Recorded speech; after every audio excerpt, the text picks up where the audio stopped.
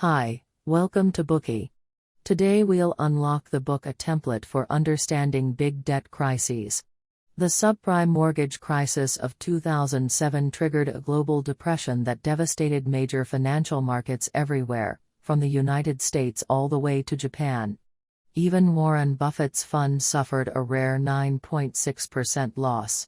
In contrast, Ray Dalio's Bridgewater Associate managed a high return of 14%.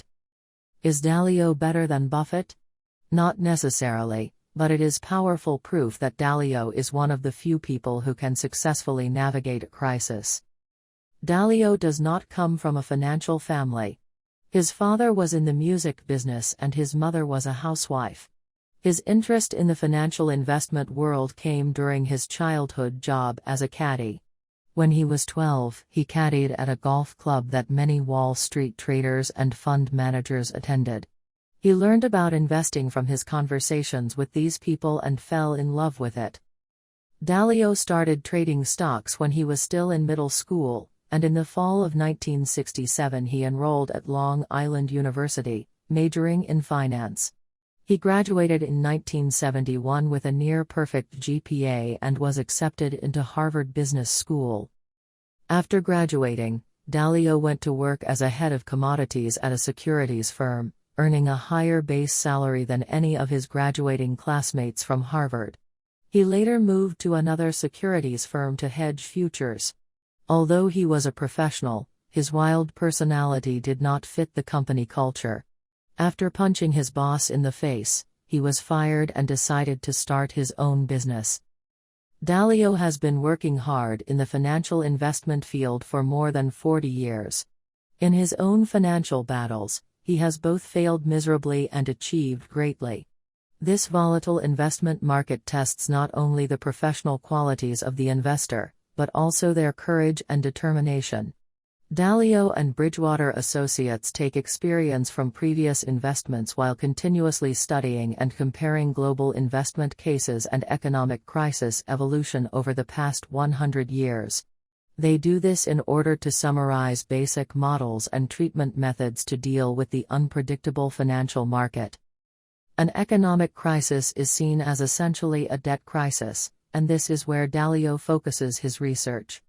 Having found general patterns from analyzing years of debt crises, he lays out these findings and summarizes effective tools for different countries and regions' responses to specific situations. Through this book, we will better understand the role of debt in economic development and the crisis caused by debt expansion. We will learn the characteristics of the various stages of the debt cycle and how to deal with debt crises.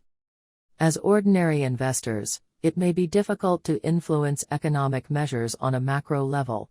Yet with Dalio's guidance, we will better understand trends in our daily economic activities, anticipate effects of macro measures on our lives, respond to them quicker and make better decisions.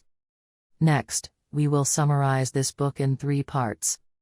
Part 1, How Debt is a Mixed Blessing. Part 2, Patterns of the Archetypal Debt Cycle. Part 3, General Measures to Deal with Debt Crises.